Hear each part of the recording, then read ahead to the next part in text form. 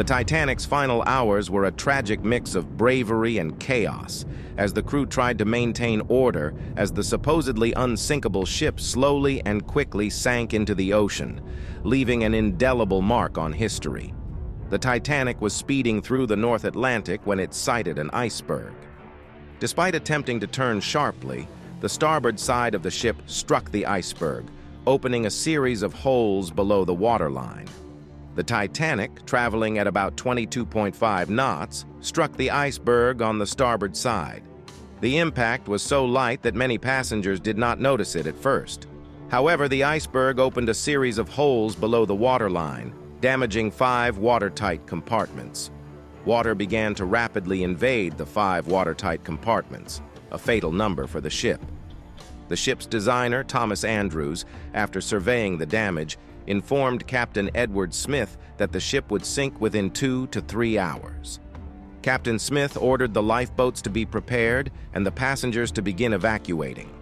Unfortunately, with only 16 lifeboats aboard, there was not room for everyone. Approximately 1,500 people would be left without a means of survival. The lifeboats were lowered into the sea with only a few passengers, due to the belief that the ship was still stable and the relatively low level of panic at first. Women and children were given priority. The Titanic began sending out distress signals, including the first SOS signal by telegraph.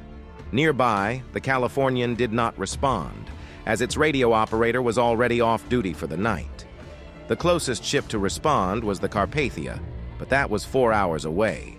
By this time, the bow of the Titanic was completely submerged, and the ship was starting to list faster and faster. The last lifeboats were launched amid scenes of panic and despair. Some tried to jump overboard to reach them, but the water was too cold, with a temperature of around -2 degrees Celsius. By this time, the bow of the Titanic was submerged, and the water had reached the main deck. The chaos was increasing. Passengers who had not yet found a lifeboat now realized the gravity of the situation. Many jumped overboard in a desperate attempt to save themselves, but the freezing water made survival almost impossible. 2 hours and 40 minutes after the collision, the stern of the ship rose almost vertically into the air, then broke in half.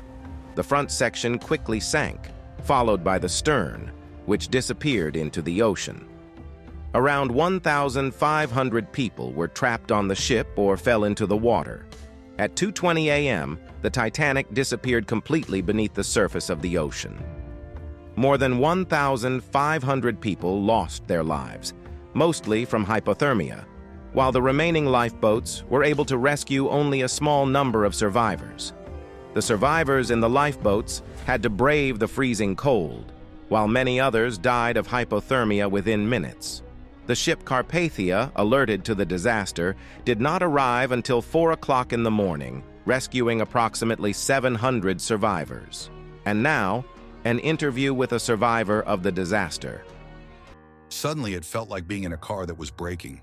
The engines were in full reverse. I went up and looked out the porthole.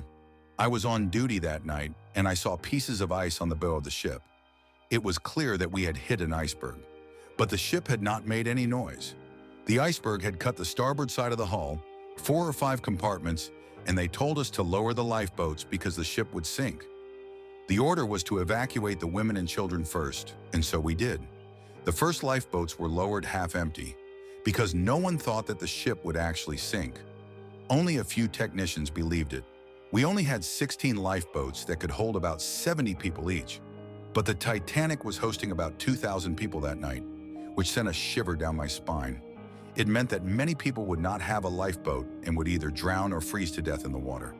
They told us to go to the hold to get as many biscuits as possible, as food, and so did me and a colleague. But we noticed that the ship was tilting to one side. Shortly after, I met a woman named Clara. She had just been on her honeymoon in France and was having trouble putting on a life jacket. I helped her, then I told her to go on a lifeboat because she had to get off the ship.